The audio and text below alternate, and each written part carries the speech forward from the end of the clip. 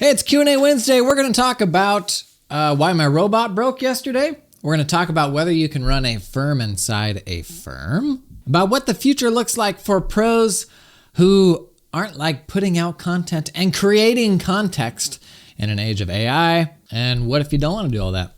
What if you just want to be the doer? What if you just want to make stuff and prep returns and do accounting? Is there a place for that in the future?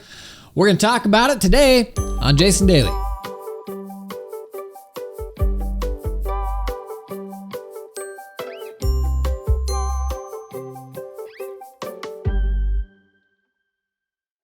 Okay, first order of business. If you watch on YouTube, yesterday you would have seen, if you watched in the first half of the day, you would have seen what I uploaded was an unedited version of my recording. So there's that. The immediate terror was when I made that realization, was there embarrassing things in there? Was there nose picking? Was there clothing changing? Who knows? Sometimes these recordings get pretty sweaty. It didn't end up being that bad, and it's fixed now. And the podcast feed version was fine, but whatever. This stuff happens sometimes. But a couple people ask questions about that, because the way these recordings work is if I need to think about what I'm going to say next, I will pause and not make any noise, so that when the editing team is working on it, when you have that sound visualization of what's happening, it's really clear that there's dead space there. Like if I'm going, what am I going to say next? And hemming and hawing, then when you see a 30 or 40 minute file, there isn't a really obvious gap there so that there's no audio. But when people watch this back, I think the impression was that I just would have a 15-minute existential crisis where I would just sit there motionless, completely silent. Listen, that's how these recordings usually go. So that happens every day. We just usually cut it out in post. But I'm doing fine. It's mainly just to make the jobs of my editors easier. So whatever, that stuff happens. You know what? Publishing a show 30 times in a row, I think we're actually doing pretty good. I haven't embarrassed myself too much yet. How about this? An old-timey accounting firm. What would your advice be? This was me at one point in time, looking around at the firm I'm at, and I got a little bit of perspective and realized, oh, okay, I'm living in 1983 here. But I didn't initially know that, because when you're a fresh baby accountant, the only perspective you have is where you are, right? So I'll read this. I'll keep this anonymous. I'd love to hear what your advice is. I currently work at a mid-sized firm and plan to buy into a tax practice in my small town later this summer. The practice consists of 2 overworked accountants and a few part-time admin staff. So this is the firm they're talking about buying, or buying into. Maybe they're not buying the whole thing. As far as technology goes, this place is at ground zero. No document management system, all paper. They don't keep time at all. No practice management system. No way to get stuff from the clients electronically besides through a single Gmail account that the office shares. Run taxes on Intuit Pro Series. I could go on and on. The 2 full-time owners are on their way out. They're not retiring right away, though, and I don't want to run them off by trying to implement too much too quickly. Not to mention that the clientele is very used to things being run this way. Any ideas on the best way to approach this? Thank you so much. You got a project on your hands, my friend. You hit on one thing there with client expectations too. So it's one thing to be the initiator of internal change. It's another thing to transition a client base to a completely different way of working. So arguments for doing this, arguments against doing this. I'll start with the arguments against doing this. Buying an accounting firm for someone in your situation right now is sometimes a costly solution to what is a short-term problem, because it's never been easier to find accounting work. And I know it doesn't always feel that way when you're starting out, but if it's a 6 or 12 month burn until you're feeling comfortable, you got to think about like, what am I going to sacrifice that could be like a forever sacrifice to get me through that 6 to 12 months. I do think oftentimes people give away maybe a little too much just to get over that hump that will be uncomfortable and will be hard. But for the rest of your career, you will never have an issue having enough work again. So going in and buying a legacy practice, that's a tough one, particularly when it comes to people who are quote unquote on their way out with no explicit agreement as to when they will be out. I've seen a lot of these deals fall apart, ultimately because unless you have a hard and fast agreement as to the time frame of when they will go out, why would they leave? Steve's going to buy me out whenever I want to leave. What's my motivation to leave when I can take a paycheck every year until I go? It creates this really uncomfortable sort of hokey pokey where you end up being reliant upon them leaving, like either because they're afraid of you leaving or just like out of this kind of goodwill sort of thing. So if you did buy into this, I think the only way you would want to do that is if there was an upfront agreed upon timeline of when those people left.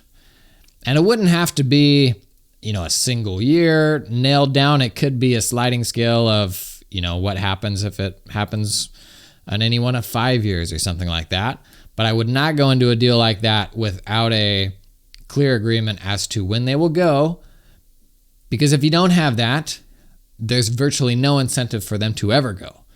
Even if they're not working in the firm, even if they're not doing that much client-facing stuff, you're relying on them just getting out of the way and not taking that paycheck anymore just to do you a service, which puts everybody in a tough spot. I do think when we are starting out new firms, something we often overlook is the fact that buying an existing practice, even if it's not a perfect fit practice, can be a way to get you over that cash flow hump short term. So like an example of somebody who's done that is Logan Graff, who's talked about how much his firm has made the first couple of years online. And he bought a small book of business in the beginning and has cycled out a lot of those clients, but those clients paid the bills from day one. If the alternative is to go out and not have a client base or not have much, I know I said sometimes we can make sacrifices in the short term that don't make sense long term, but I do think there's scenarios where you could go out and buy a small book and finance it, and the whole thing cash flows, and those clients basically pay for you to go out and have a little more time and space to find your perfect client that you build, where that client, that practice that you're building organically, that maybe is better aligned with what it is that you want to do. So is that an option here? Like, is buying this better than starting from nothing? Maybe. And it doesn't mean that you don't ultimately cycle all those clients out. I know that can be hard to do or seem nonsensical because you just paid for them. But if those are the clients that will pay your bills in the short term, that's also totally fine. I think a lot of us can be guilty especially the more we're plugged into think boyism and like kind of the pressures of building a cool modern practice. A lot of us feel this urgency to change a lot fast, and you put a lot of pressure on yourself to make that happen when that's usually not the best thing for a firm. So I recognize that can be a struggle, especially if you're coming into a more traditional firm. I would say, here's permission to run a traditional firm in a traditional way. You have paying clients, and you got to think about, like, what does the version of this firm look like that's built just around me? And if the stepping stone to get you to the firm you're really proud of is doing some traditional work for some traditional people along the way, that's totally fine. Like, there's nothing wrong with that. But biggest red flag here is you need to have a really explicit agreement with the existing folks so that you know when they're going away. Otherwise, they have like no incentive to go away. But I think you're barking up the right tree, getting out of regional and doing your own thing. Like, I think that's, you gain so much more control over your life and freedom and how you approach this stuff. And one way or another, you're doing the right thing. If you got different advice, be happy to see it. Drop that in the comments. Or even like if you've been through a similar sort of transaction. I've been through a couple. I've been through two, and both of them, there were major issues around when is that person actually going to go? Even if I did want to serve their traditional clients in a traditional way, financially what got complex was what incentive do they have to go? John Sanchez dropped a YouTube comment. I think this was in regards to AI and developing AI around your own proprietary context. He said, the larger context around this discussion, what does the future look like for pros who have nothing to say, create, or contribute to the ether sphere? Thinning of the herd coming hard and fast. I do think there's been a trend, like, for as long as I've been in the profession, I think people have been saying there's less and less space for the number crunchers, and that job will continue getting smaller and smaller. I think the biggest thing that COVID kicked off was not just distributed work, but the globalization of work. I think that will be the biggest long-term impact of COVID, as people were like, oh, if I can work remotely just fine with people across town from me, why can't those people be in the Philippines or in India or something like that? And the globalization of work also, I think, reduces the pool of people who stateside can just sit there and do the technical stuff. So it is I don't know. It's one of those things where there will be lots of exceptions to that rule, I'm sure. But like thought leadership, launching a firm, running a firm, all of that stuff, I think ultimately longer term is going to sit on top of your own sort of proprietary context. And that does start with creating and documenting. I think sometimes we look at like quote unquote creators or quote unquote influencers, and that's maybe the version of creating that we see, and that probably doesn't resonate with a lot of people, like just kind of all of the sort of slimy things that come with that, and the fact that, you know, most people that are running quote unquote creator businesses, like ultimately there's a thing they're trying to sell you on. And so I know that leaves a bad taste in a lot of people's mouth.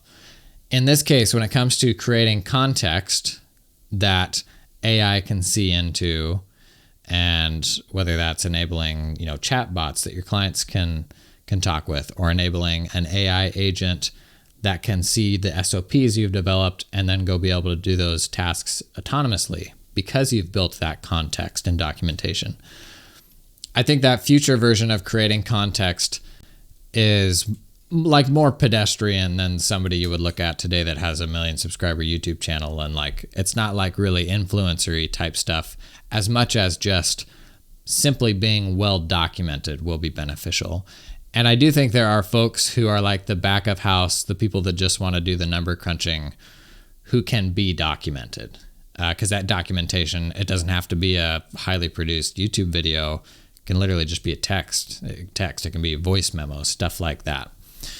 So I would say the future looks harder for pros who, don't have maybe domain specific things to contribute, because the mass market AI tools like your Chat GPTs, they will do the general stuff very well. Like the accessibility and connectedness of information for those general situations will never be better. Like doing bookkeeping, doing basic tax, all that stuff will continue to get easier and more accessible.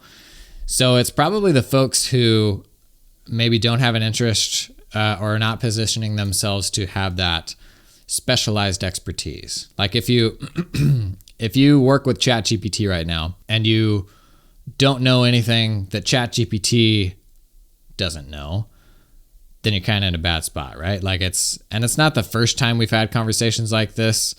If you didn't do tax returns in the past that TurboTax would do, Did I say that the right way? If all you did in the past was tax returns that TurboTax could do for you, and this is going way back to when TurboTax, desktop software came out, then you just weren't positioning yourself in a place that was going to be sustainable longer term. So yeah, I do think we have to be mindful of the expertise that we're developing. The more specific it is, the better, because like kind of that groundswell of how good general AI tooling will be will keep getting better. And the context that we need to then layer on top of that to still have value to our clients is something that looks more specific. Derek Foote, would be interesting to hear or find more about the costs of having our own custom AI or the proliferation of these things, the financial cost to a practice and the energy consumption all the computing power requires. What sort of impact does that have, if any? Yeah, the cost of developing your own stuff internally, like it ends up being a hard yardstick because there's so many different versions of what AI could be, right? I think the systems that see into everything and are really helpful to us and see across our documents and our emails and all that stuff, I don't think anybody's ultimately going to be building that themselves. I think that's something we're going to rely on our practice management systems to do, because to build something that will see into all of those sources of context that are dynamically changing, like meeting transcripts and projects and tasks and all these different things, for you to build that yourself probably isn't realistic today. So that's where your practice management system is going to help you out. The more expertise specific applications, like building a chat bot right now, that's pretty cheap and accessible. The two tools that I shared on that chatbot episode was Ask My AI or myaskai.com and then chatthing.io. What I've learned with more testing, MyAskAI is built on GPT 3.5. Chatthing at the middle tier, which is $50 a month. Everything MyAskAI is cheaper than $50 a month. Chatthing at that middle $50 a month tier, it's on GPT-4. And the big difference there is GPT-4 will reliably only answer questions with a given set of context, whereas GPT 3.5 will not. So if I give GPT 3.5 the transcript from this podcast episode and I ask it, how do I make ice cream? It'll tell me how to make ice cream. If I give GPT-4 just the transcript from this episode and ask it how to make ice cream, it'll say, sorry, I don't have that information. And that's a big threshold, because we're all afraid of AI giving unexpected answers. And that's where ultimately we can't just blindly trust it to go do its own thing. But we're there with GPT-4. So to build a client-facing or an internal team-facing AI that is just sits on top of the context you provide it, that's there right now. The best version of it that I found is chatthing.io. If I were to build something tomorrow, that's what I would use. It's $50 a month for the GPT-4 version. There's some limitations there in terms of the volume of messaging that can happen, because Chatthing is paying OpenAI for every GPT-4 prompt that a user, submits to it. So it has some limitations in terms of the volume of messaging that it can do. But that flavor of building your own AI today, man, that actually got super accessible, super fast from a cost standpoint. When you think about the fact that 6 months ago, we didn't have any of this stuff. And now you can build your own chatbot on top of thousands of pages of your own context for $50 a month. That's pretty cool. The flip side of this, specifically energy consumption and, computing power that it requires and all that stuff, it is a really big, important question with AI. Ultimately, it became a massive problem with digital currency and the inefficiency of Bitcoin and the outrageous sums of energy that all that stuff consumed. And that got better over time, Ethereum, they did updates that made that more efficient and stuff like that. The big risk with AI, one school of thought right now is that you will have this quote unquote frontier AI model. That is a single model that is more powerful than all the other models because it has more parameters, because it's bigger. And because it's better than all the other models, everyone will use that model and keep spending money to use that model. And over time, that's like this self-reinforcing loop that you end up having this single frontier AI model that just gets bigger and bigger and bigger and bigger and more powerful than anything else because it's the best and everybody's investing back into that one and nobody will ever catch it because ultimately like everything on the planet will run off of this one AI model. That's one school of thought. So like an AI company called Anthropic, that's kind of what they've said. They've raised a few $1 billion towards building like a GPT-4 alternative. OpenAI, on the other hand, Sam Altman, their CEO, believes that he said that the age of the large language model is over and that there's diminishing returns for a bigger, larger parameter model, and that the most meaningful things going forward will just be like tailored applications of GPT-4 type models. So depending on which of those two timelines happen, there's that first timeline could definitely create this cascading energy consumption problem with this model that gets bigger and bigger and bigger and more powerful. The latter isn't like the latter scenario, if that comes to bear, isn't going to involve like the same environmental impact. In terms of the impact of like requesting things from the model, because that's the environmental impact of creating AI models. The impact of requesting things from the models right now, people don't like have a great handle on this. Right now, they estimate the cost to OpenAI is about half of the cost that you would pay to make an API call to GPT-4 or 3.5 or something like that. And so like there are vastly different efficiencies in AI models, just like there are in different, blockchain, digital currency technologies. Right now, GPT-4 costs about 10x what GPT 3.5 does for using that model. So that's a harder one to measure right now. They released an update for 3.5 last year that made it like literally 10 times, or it costs a tenth of what it did previously. They made it way faster, way more efficient. So it's the kind of thing that you ought to expect will get better over time. The last thing I'd say on that is we're also seeing really fast development right now of open source AI models that are pretty darn good and you can run locally, which means they're wildly efficient, much more efficient, and consuming less energy. And a lot of this has interestingly been enabled by training these new open source AI models on the state-of-the-art models. So like using GPT-4 to train an inferior model to get it up to a level that is something closer to 3.5 or something along those lines. And there's versions of those now that you can just download and run on your computer, which 12 months ago like would have been ridiculous to think you could get something that powerful and run it locally. So it is a super important consideration, like what are the long-term impacts of this? And it's one of the reasons why like regulation is going to have to come in and get involved in AI. You can't have this there can't be something that is so good that you just don't even stop to consider what are the negatives of this thing. So it'll be interesting to see how that develops. That being said, they have got wildly more efficient in the last year. So it'll probably come down to like whether we end up just using these more and more absurdly powerful models or whether we consolidate around like a language model that's like good enough to do everything that we need. CJ, are you creating your own program to make your personalized chatbot or using one of the programs released? I've done both now. So I built a tax research product, and I'm not sure if I'll ever ship it or not, but it was kind of a proof of concept where we fed it all the IRS publications, and it was basically a much, much better version of Control F in a PDF.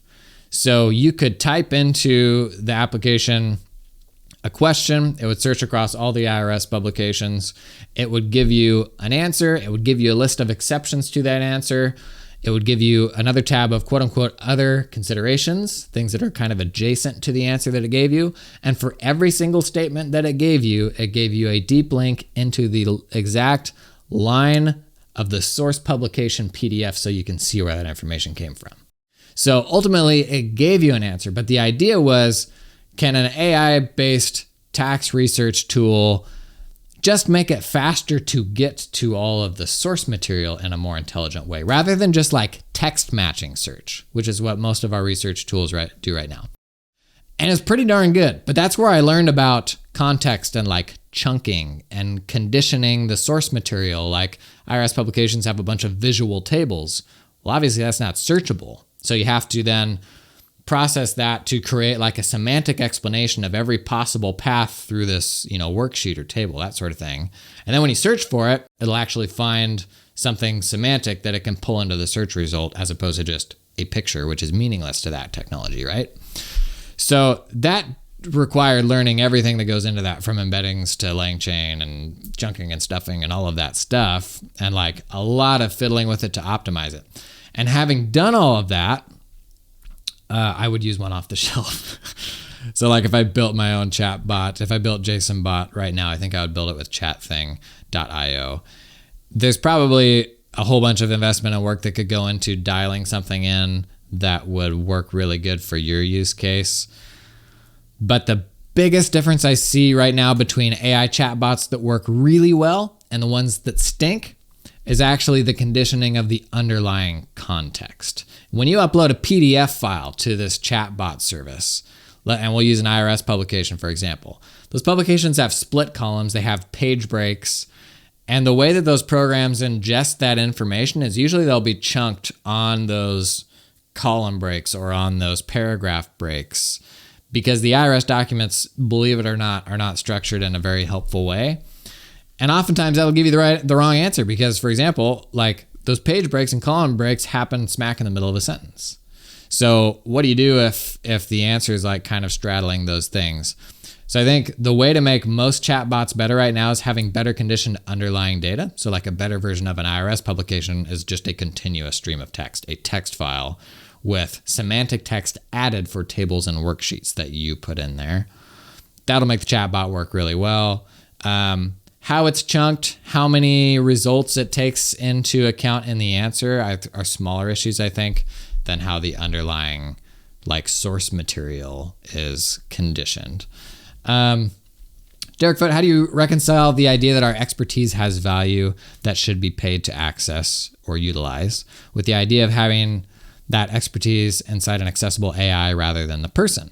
Matt's crypto consulting example shouldn't come for free if it's sitting in a robot, and Derek did follow up because I did later say I would want to pay Matt for access to that bot. Yeah, so we've been talking a lot about what is your proprietary context that the stuff that the stuff that you're able to do that ChatGPT can't do, basically. And how do we better document that context and give people access to it? Because the future of communication, I think, is probably not just sitting down and talking with me across the table or nothing. I think AI enables a version of that that's like in the middle. This show's a great example of something that anybody can sit down and watch, but it's not answering your specific questions. And so now I have all this context from transcripts of shows that you could build into a bot. And being able to chat with that bot that has all of my transcripts, that's a heck of a lot easier than going back and watching every single thing I've ever made to find a very specific answer to a question. And that's an example of where AI is creating this version of communication that still isn't the real deal. It still isn't us sitting down eating sub sandwiches together, but it's a whole lot better than anything else, right? And so I do think there's a version of professional services where clients are able to use this chat bot and it'll answer 50% of their questions without them having to bug you. They can use it 24/7, but you have to charge for it. And like Derek, I'm like paralyzed by this right now. And there'll probably be a timeline where I have something like this, where I release something like this. It's a very hard thing to be like the first, the whole like, the notion of releasing a chatbot of yourself right now is so sci-fi. It's doable and it would be valuable, but I mean, you look like a total, I don't know, idiot or narcissist or something like that to be like, hey, you can now pay for access to my wisdom. I absolutely think that's the future that we're going to. But if you roll that out tomorrow, I think people would laugh at you, like right or wrong. But like, what do you charge for that? That's another paralyzing thing about like making that decision. Should that be, I was still using Matt as an example. Matt Metris is like a crypto tax expert, and people pay him to come do talks all over the country. And like, he's really knows his stuff. So access to MattBot, should that be astronomically expensive, almost like a fractional employee, where maybe you're paying every single time you prompt it? Or is it like the sawdust of the stuff that you're already doing? So it's like, well, I've already got all this stuff, so like it should be pretty cheap, right?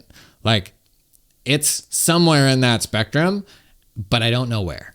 The risk of giving access to that context away for too cheap is that ultimately, that long term, like, that is our only value. Like, what are the things that we know that AI doesn't know? And what are the things we can advise people on that AI can't advise people on because of this specific expertise that we have? So if you give that away for so cheap, like, that's like one of the last things that we have when technology gets better and better and will handle more and more for us.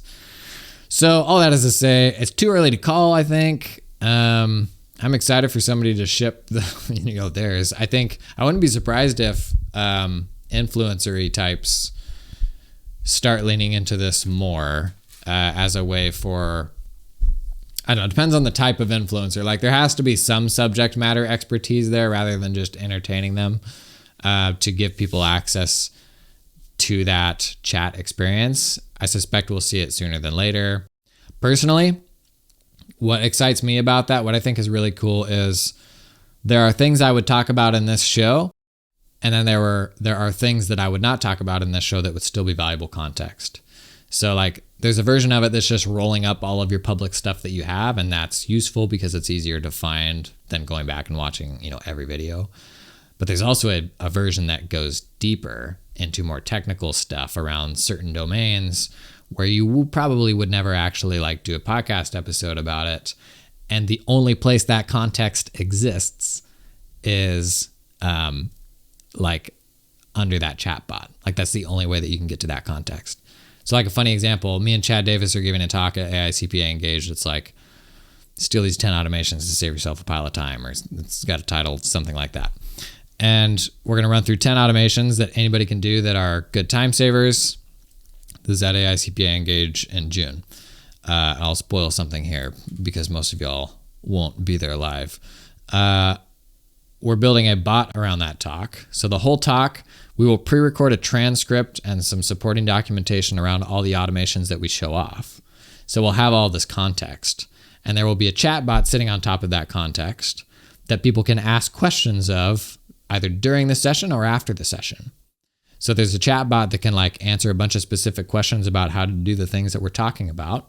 People can chat with that during the session. They can go home and try to build this thing and chat with this thing further to troubleshoot it. But we can also put behind that chat bot like hair product information and like any sort of like Easter eggy or other like adjacent information that you wanted to, you could build into that chat bot. And the only place that it would exist is if it is queried through the chat bot, which I don't know. I think that's fun. It's really interesting. I'm excited to see how all that stuff develops.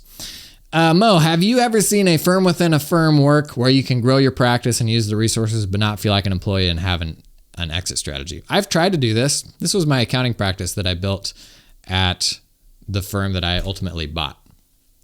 And the biggest things you need are independence in decision-making and how you build the team, and financial independence.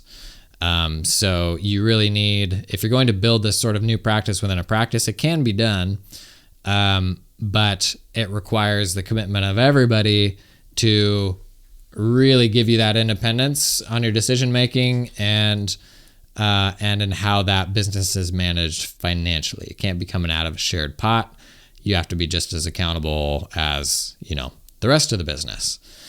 Where that gets a little bit stickier is when you have shared clients. So for example, if you've got a tax practice, but you're going to start an accounting practice within that firm, the folks that serve those clients in the tax capacity will be opinionated on the right way to do accounting for them. So that gets a little dodgy. Also, how you allocate revenue between the tax practice and the accounting practice can get a little problematic, especially if you are The most common cross sell from tax to full back office and accounting work for a small business is like, hey, you already pay us, $7,000 a year for all your tax work, but it's because it's a mess. We do a whole bunch of cleanup for you. We'll do the whole back office for you for $12,000, and that tax return will take, a sixth of the time or something like that. When you have what are kind of two businesses operating independently, how do you allocate revenue for the tax part of the work to the accounting part of the work? So it can be done. There ends up being a lot of sticky things. You also need to be mindful of if you're not an owner, what does it look like to then buy this thing that you just built? So like in my case, it was build an accounting practice, but I still didn't own it. So like you're building an asset for somebody else. And if you're ever going to own that asset yourself, are you then buying it at full price from that owner? So it can kind of be done. And there's upsides to it too. Like for me, building an accounting practice when we had a 1,500 client tax practice was like shooting fish in a barrel when it came to finding clients. Like we could hand pick all the people that we wanted to do that stuff for. So we never had to do any marketing, anything like that. That was really nice. But downsides to that approach also. Priya, is there any way to remove PII? That is, what is that? Personally identifiable information or something? Personally identifiable information. Yep, I got it right on the first try. From bank statements. Sometimes transfer accounts are listed. Some small banks do it before pasting it in ChatGPT. So I shared an automation, something I do with ChatGPT, where if somebody gives you a bank statement, but not a transaction download, you can copy paste the transaction area of the statement into ChatGPT, and ChatGPT will give you a CSV download. Like it is super easy and super reliable. And usually what I'm copying is just the transactions. And so some of the statements, like Priya said, especially with the older or smaller banks, they'll put like a full account number on the statement. Most of the bigger banks don't do that. But generally the transactions themselves are just the merchant descriptions, which are the same for everybody. So it's not really a big deal to copy it. But Priya's saying here, sometimes there are transfer accounts listed there. So you have the full number of the transfer account. What I like about this ability of GPT to grab this information from the bank statements is I can see 100% of what it can see. It's just what I'm copying and pasting. Like there is no ambiguity around exactly what information it has. So if you run into those situations, like for me, it's probably just an added step where maybe I first paste it into a text document or Excel or something like that. Remove or obfuscate the stuff that I don't want it to have. Like maybe I change it so it just shows the last four or something like that, and then drop it into ChatGPT. So ultimately, to get back to the question, is there a way to easily remove PII from the bank statements? Not to my knowledge, because if there was, it would involve like giving that full information to another service, which is what we're trying to avoid to begin with, right? So for me, when I pull that stuff into ChatGPT, it's just a matter of paying attention to what I'm pasting in and pulling out any stuff that isn't sensitive. I get a ton of ChatGPT security questions. So a couple things to remember. Anonymized information generally isn't PII. So under GDPR, for example, even under HIPAA, under California's data privacy rules, if that information is anonymized and not able to be tied back to a person or a business, it's not PII. So medical information, for example, like that can be shared freely if it is not associated with a person. Like that is according to the HIPAA rules. So 99% of the time, the solution is just pull out anything that's identifying and you're good. That being said, ultimately, the coolest AI stuff that we will do will contain client info. Like that's just the reality. And so an example of that is Carbon's new AI stuff, where you can now generate a email to reply. You can use AI to generate a reply to an email. And so that means what they're having to do then is send the original thread to the language model to inform how it suggests that reply. It's really cool stuff. We did an episode on Carbon's AI stuff last week, but it involves sending client information to an AI model. And this is the first time we've crossed this hurdle, and it's a big deal. because ultimately the most useful applications will do this. Now, one thing Carbon's doing differently in how they work with OpenAI's models is they're using Microsoft Azure's OpenAI models. And with that, rather than just sending it to OpenAI's API, with Azure, you have a little bit more control over how you can work with that model, and it's a little bit more secure of an environment than just making API calls the normal way to OpenAI. But all that being said, like there are tons of ways that AI is being used with sensitive data right now with medical information. The most sensitive applications right now are using Azure rather than just OpenAI's API. So if you see your tech partners like building stuff on top of AI that uses client data, it's fair to ask like what's happening behind the scenes there. But there's absolutely perfectly secure ways to do it that are compliant with like HIPAA rules and all sorts of stuff. Like not even like anonymization aside. If you anonymize the data, it's not PII anymore, and that gets way simpler. But even with stuff that isn't anonymized, there's absolutely secure ways to do it right now, which is awesome because like it's gonna make all of us way more effective. Okay, I teased last week a mind-blowing AI episode. We're gonna do it tomorrow. It's happening. And along with that is a kind of release that a practice management system did, but they didn't. It was like marketing, but they haven't actually shipped it. So I don't know that I can actually fully give them credit for that thing yet. But it is on another level to anything else that we've seen yet in terms of AI releases in the accounting ecosystem. Tomorrow we're going to do a deep dive on it. I'm trying to limit the AI nerdery to like 1 or 2 episodes a week because I know it can be a lot and we still have to be grounded in, hey, bud, that's really cool, but I still can't respond to all these emails and my clients don't pay me enough. So like as exciting as AI is, like we also still have to do our jobs every day. So we're going to do that tomorrow. Thanks for coming and hanging, and I'll see you then.